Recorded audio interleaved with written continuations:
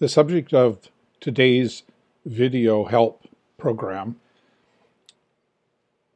is instructions for the use of the GroupContact function, specifically building and managing records of group contacts and then managing the related records that were attached to these group contact records. Access to the group contact function is from several places. From the main menu, click on the My Group Contacts button, and it will open a screen with a number of tabs and a number of functions actually built into it. If you have never used the Group Contact function before, you would start at this screen to build a set of group contacts. So I'm going to begin this morning by building a set of group contacts record.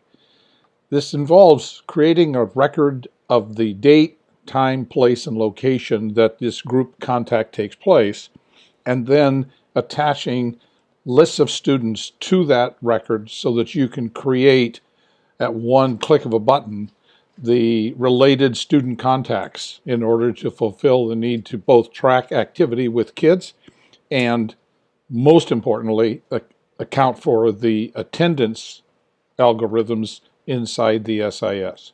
So from this screen, to build a new group contact record, go to the center panel. There are some written instructions there. Just click the Build Group Contacts Record button, and the system will click to the Build the Group Meeting Information screen, where you have a series of blank fields that need to be completed prior to creating a new group record. So, first of all, select a meeting type.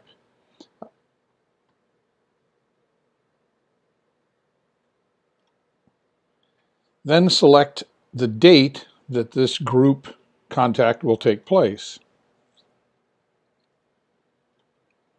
And what is the subject?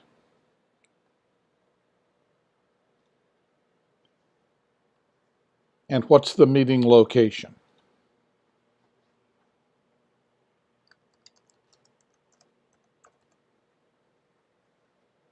How long will this particular meeting take or last?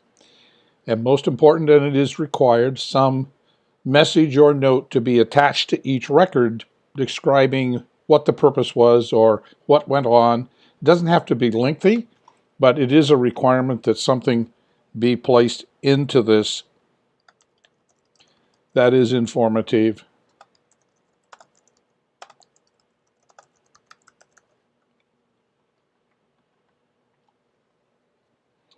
If this is an in-person meeting, if these contact records will qualify for two-way meetings, as in you are speaking with or meeting with the individuals involved in the group meeting, then you would select this as a two-way meeting. If you are allowed to claim travel miles and you have reimbursable travel miles that are associated with this meeting, you would indicate the number of miles that you had qualified for here. Once that's done, you can create a new group record and then add students. So by clicking that button, the other half of the screen opens, and you now have an area where you can select students from a number of tabs and add them to this group meeting. You have the choice of selecting for all students that are active in your school, from classes that you teach, where you are listed as the HQ instructor for the class, from your custom groups, and more on that later, from all students in the school, from students for whom you are listed as an advisor, or from a list of students for whom you are listed as the counselor. If you are a teacher watching this and you are not listed as an advisor or counselor, there will be no student names in these tabs. However, if you are assigned students as their teacher, then your students will show up here. So As an advisor, I have these 4 students I want to add to this homeroom meeting. I can add them one at a time, which will move them over onto this next panel, or I can add all of them at once if I'm expecting all of them to be in attendance. So if I do that, the program will then step through each one of the names on that list and add that student to a list of students that are participating in the group meeting information that's listed at the right. Once that's been completed, and once the meeting has been completed, or during the meeting, or whatever time you want to, you must verify the attendance of those students. So we will assume here that we've had our meeting and that I expected everybody to be there, so I checked all of them. And then after the fact, of course, Marilyn didn't show up, so I'm going to say, no, she wasn't there.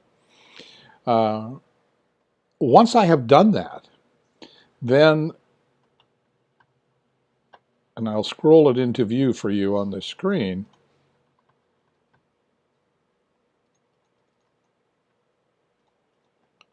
once I have done that, then it's a very simple function for me to click the Post to Contacts button, in which case a new screen will open.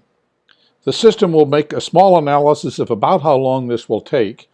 The names of the students who in fact were there will appear on the right, and the system will commence to build contact records for each one of those students that have all of the information that you assigned to this particular group meeting date.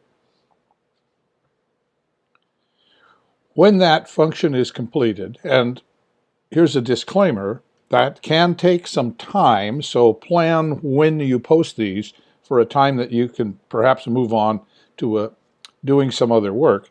Once that has been completed, then the system will return and you will see that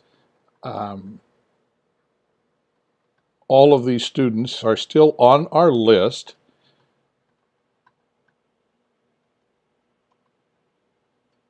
That 3 have been attended as verified.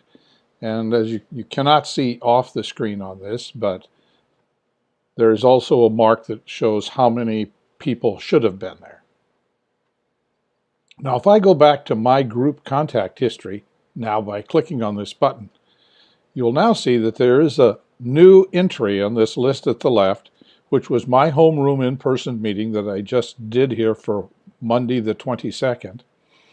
And anytime I come back to this screen, I can click on any one of these meetings and I can see in an instant who was in this meeting, because it brings up all the information that I had originally assigned to that particular contact. If I come back to this one here, I will always be able to return to look at what was the content and who was involved in that.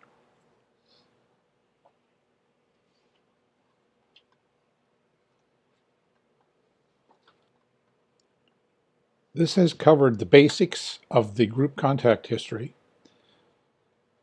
If you continue, we will now talk a little bit about saving a group default.